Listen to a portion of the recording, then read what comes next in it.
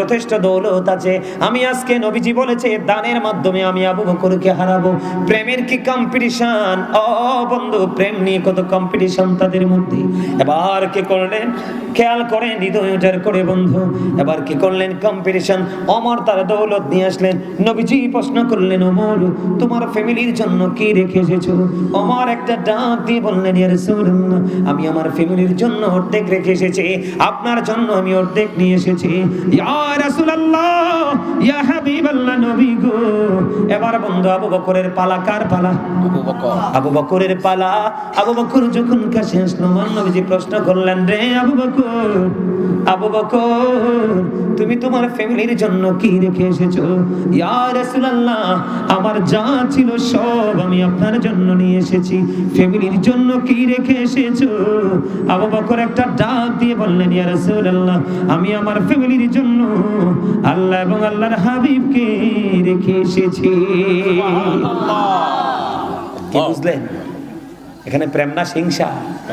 প্রেম। আবু বকর আবু ওমর তো কি হয়ে গেল? আবারও হেরে গেল। আর বুঝি জীবনে আবু বকরকে হারাতে পারবো না। হযরত ওমরের জীবনে এত আমল ছিল, গণলে আকাশের তারার চেয়ে বেশি হবে। ওমরের সবগুলো আমল যদি এক পাল্লায় তোলা হয়, আর হযরত আবু বকরের কিছু সময়ের প্রেম যদি এক পাল্লায় তোলা হয়, আবু বকরের প্রেমের পাল্লা ভারী হবে। সুবহানাল্লাহ। বুঝতে পারছেন? প্রেম করেন। বলে হুজুর আমরা কেমন প্রেম করব? নবীর অর্ডার মানবেন। কে মানবেন? যেমন আপনার প্রেমের মধ্যে একটা এক্সাম্পল দিব। জুমার দিনে কেউ যদি মদিনাওয়ালাকে ভালোবেসে মাত্র 80 বার যদি দরুদ পড়তে পারো, তোমার 80 বছরের সগীরা গুনাহ আল্লাহ মাফ করে দিবে। সুবহানাল্লাহ। দাইলামি শরীফের মধ্যে হাদিস কানা হাদিসের রাবি হলেন হযরত আনাস রাদিয়াল্লাহু তাআলা। আমার আপনার প্রাণের নবী তিনি বন্ধু জানিয়ে দিয়েছে, ও সুলাখালীর মানুষ, হৃদয় খুলে শোনো রে, নবীজি বলেছে কেউ যদি প্রতিদিন মদিনাওয়ালাকে ভালোবাসিয়া প্রতিদিন যদি মাত্র 1000 বার যদি দরুদ পড়তে পারো, আমার নবীজি বলেছে জান্নাত না দেখা পর্যন্ত তোমার মরণ হবে না। এটা হলো নবীর প্রেম। তুমি যদি নবীকে ভালোবাসতে চাও, তুমি জুম্মার দিনে চলে যাও বন্ধু। আমার রাসূল বলেছেন অন্য সব দিনের চাইতে উত্তম রূপে গোসল করো, সবচেয়ে সুন্দর লম্বা পাঞ্জাবিটা পরো, পাঞ্জাবি পরে আতর লাগাও, আতর লাগাইয়া গাড়ি দিয়ে অটো দিয়ে রিকশা দিয়ে যাও না, হেঁটে হেঁটে হেঁটে হেঁটে তুমি মসজিদের দিকে যাও। প্রত্যেকটা কদমে কদমে গুনাহ ঝরে পড়বে। সবার আগে তুমি মসজিদে চলে যাও, যাওয়ার পরে তুমি সামনের কাতারে বসো। আমার নবীজি বলছেন সামনের কাতারে বসার কারণে তোমার আমল নামায় একটা ওড সদকার সওয়াব ঢুকাইয়া দিবে। সুবহানাল্লাহ। আর তুমি সামনের কাতারে বসলে সবার আগে গিয়ে সুন্নাত নফলগুলো দুরুদ সালাম নবীজির কদম কদম মোবারকে পৌঁছে দিলা। সব মানুষগুলো কমার্শিয়াল ভাবে গেল, সবার পরে সালাম পিরাইতে দেরি মনে হয় যুদ্ধ লাগছে গেইটে। দোয়াও তো নাই, মোনাজাতও নাই, ঠিক কিনা বলে? তুমি সবার পরে বের হয়ে যাও। আমার রাসূল জানিয়ে দিয়েছেন তুমি গেলা সবার আগে, সবার পরে বের হলা। বের হয়ে যখন তুমি তোমার বাড়ির দিকে রওনা হবে, প্রত্যেকটা কদমের বিনিময়ে বিনিময়ে তোমার আমল নামায় 1 বছরের নফল ইবাদতের সওয়াব দেয়া হবে। মসজিদ থেকে যদি তোমার 20 কদম লাগে 20 বছরের নফল ইবাদতের সওয়াব, 50 কদম লাগবে 50 বছরের নফল ইবাদতের সওয়াব, যদি 100 কদম লাগে 100 বছরের নফল ইবাদতের সওয়াব। এরকম ভাবে তুমি সুন্নাত নফল বেশি বেশি করো, ফরজ ওয়াজিব যত আমল নবীর দেখানো টেকনিক অনুযায়ী করো, তাহলেই তুমি হবে সুন্নি। সুবহানাল্লাহ। কথা কয় না? মজা না? আর একটা মজা শিখাই দেই। ধর পাগল মানুষ এখানে নেই, এটা তো আমরা বাস দিতে হইছে, আইকলা বাস। ওয়াজ কি শুনবেন আরো? কার কার কাছে মজা লাগে? সবার কাছে? মাশাআল্লাহ, থ্যাংক ইউ ভেরি মাচ, আলহামদুলিল্লাহ। এদিক তাকান। মাগরিবের নামাজের পরে একটা নামাজ আছে, সালাতুল আওয়াবিন নামাজ, আছে না নাই? আপনার আমার প্রাণের রাসূল তিনি বলে দিলেন, এদিকে তাকান। ওমা ওমা ওমা, এই খাতা কলমের দিকে গেল, এই লুকান মিয়া লুকান, আপনার খাতা কলম আমার ডিস্টার্ব করে। এই ঠিক আছে। মজাটা দেখেন, সালাতুল আওবিন আসেনি মাগরিবের পরে 6 রাকাত। কয় রাকাত? কত রাকাত? 2 রাকাত করে করে ওই যে আপনি নবীকে ভালোবাসতে চান, ভালোবাসা শিখাই, একটু শিখার দরকার আছে না? ইনশাআল্লাহ। আপনারা এগুলো জানেন, আবার মনে করাই দিই, তাহলে আর জীবনের স্মৃতি থেকে হারিয়ে যাবে না। নবীজি বলেছেন, তোমার যদি প্রয়োজন হয় বলতে পারবা, অপ্রয়োজনীয় কোনো কথা বলিও না। অপ্রয়োজনীয় তুমি কোনো কথা বলিও না। কথা না বলে সোজা তুমি চলে যাবে কোথায়? ওই সালাতুল আওবিন নামাজ পড়ার জন্য নবীজি বলেছে, বন্ধু একাধিকবার পড়েছি এই হাদিস। প্রাণের নবী বলেছে, তুমি কোনো কথা বললে না, কোনো ধরনের বিচলিত হলে না, মাগরিবের নামাজ শেষ করে তুমি সোজা চলে গেলে। ও বন্ধু, নবীজির দেখানো টেকনিক অনুযায়ী মাত্র 6 রাকাত নামাজ যদি একদিন নবীজির দেখানো পন্থা অনুযায়ী যদি তুমি পড়তে পারো, আমার নবীজি বলছে একদিনের আওবিন পড়ার কারণে তোমার আমলনামায় 12 বছরের নফল ইবাদতের সওয়াব দেওয়া হবে। সুবহানাল্লাহ। নবীকে ভালোবাসো, মধ্যবর্তী রাতের নামাজ পড়ো, তাহাজ্জুদ। কাল হাসরের ময়দানে সকল মানুষ বন্ধু একত্রিত হবে, সবার অবস্থা খুব খারাপ হয়ে যাবে। এরই মধ্যে গায়েব থেকে আওয়াজ আসবে, একজন আহ্বানকারী আহ্বান করতে থাকবে, কে রে রাতের মধ্যবর্তী রাতের নামাজ পড়েছো? কিছু লোক দাঁড়াবে, তার মানে তাহাজ্জুদ। ও বন্ধু, অল্প কিছু লোক দাঁড়াবে, ওই মানুষগুলো দাঁড়াইতে দেরি, সঙ্গে সঙ্গে অর্ডার দিবে, তোমরা জান্নাতে চলে যাও।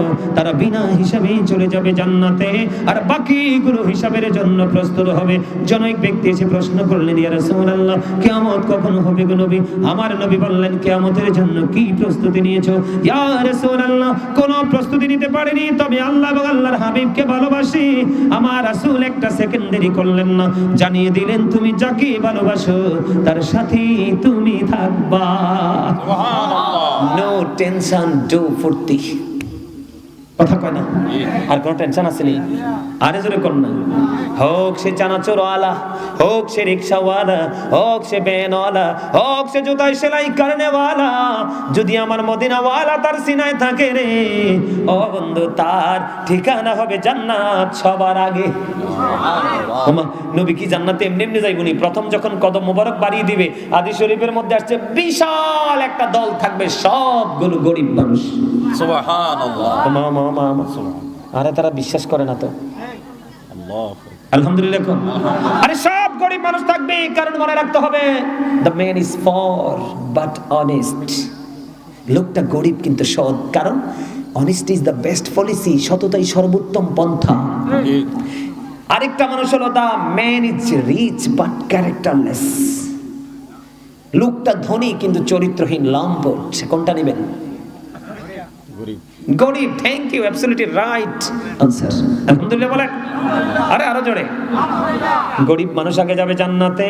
ও বন্ধু, পৃথিবীতে যত নবী রাসূল এসেছে, পৃথিবীতে যত নবী রাসূল এসেছে, সকল নবী রাসূলের প্রতি সর্বপ্রথম ঈমান, বিশ্বাস এবং ভালোবাসা সব উজাড় করে দিয়েছে গরিবরা। কারা?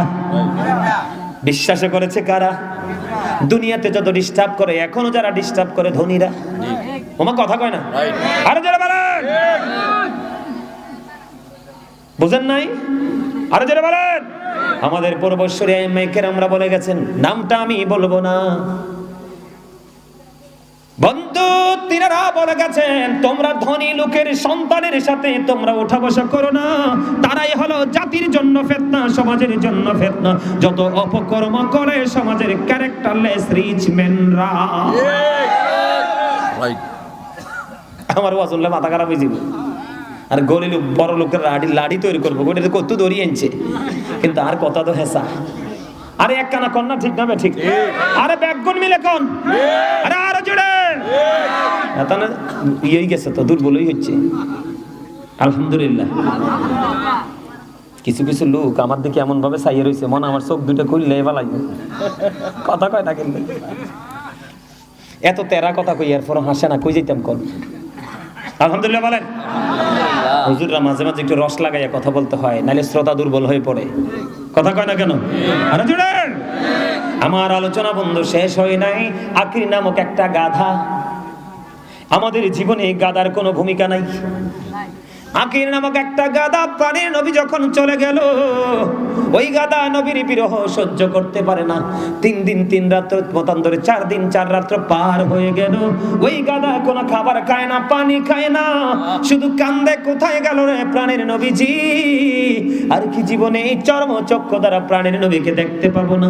আকির নামক গাদা 3 দিন 3 রাত্র মতান্তরে 4 দিন 4 রাত্র পার হয়ে গেল বন্ধু, কোনো খাবার পানি খায় না। সর্বশেষে কোনো খাবার পানি না খেয়ে 3 দিন মতান্তরে 4 দিন পরে গভীর সমুদ্রে ঝাঁপ দিয়ে নিজের জীবন দিয়ে দেয়। এটার নাম প্রেম। এটার নাম কি? এটার নাম কি? আরে ভাই, আপনি তো আপনার নিজের জীবনটাকে সুন্দর করার জন্য নবীকে ফলো করতে পারেন, এটাও তো করেন না। আমার আলোচনা শেষ, প্রেমের ওয়াজ শেষ। এবার আসেন, আমি যেটা একটা কথা দিয়েছি আপনাদেরকে একটু ওয়াজ শোনাবো। আমাদেরকে দেখেন, আপনারা সুস্থ থাকতে চান না অসুস্থ? আমাদের এই যুগের মানুষ বেশি সুস্থ না অসুস্থ? অসুস্থ। তার কারণ কি জানেন? আমার আল্লাহ রাস্তা দেখাইছে একটা, আমরা হাঁটি আরেকটা দিয়ে। নবীজি রাস্তা দেখায় একটা, আমরা হাঁটি আরেকটা দিয়ে। কথা কয় না কেন? আমার নবীজি বলেছেন আল্লাহর মনোনীত ধর্ম হলো ইসলাম। কথা কন। Islam is not only a religion but also complete code of life. পরিপূর্ণ এবং পূর্ণাঙ্গ জীবন ব্যবস্থা আছে ইসলামে। আর ইসলামের নির্যাস হলো আপনার আমার প্রাণের রাসূল। জোরে কোন। আল্লাহ রাসূল বলেছেন তোমরা বেশি বেশি করে খেজুর খাও। সুস্থ থাকার জন্য আমি বলছি, আমি স্টেপ বাই স্টেপ ধারাবাহিকভাবে এটা আপনারা একবারে ফাইনালি আপনার ব্রেইনে সেটআপ দিয়ে দিবেন। রাসূল বলেছে সুস্থ থাকতে হলে তোমরা কি খাও? বেশি বেশি খেজুর খাও, কালিজিরা খাও, জৈতুনের তেল খাও বা ইউজ করো, মালিশ করো, জমজমের পানি খাও, মধু খাও। কি এগুলা খাও।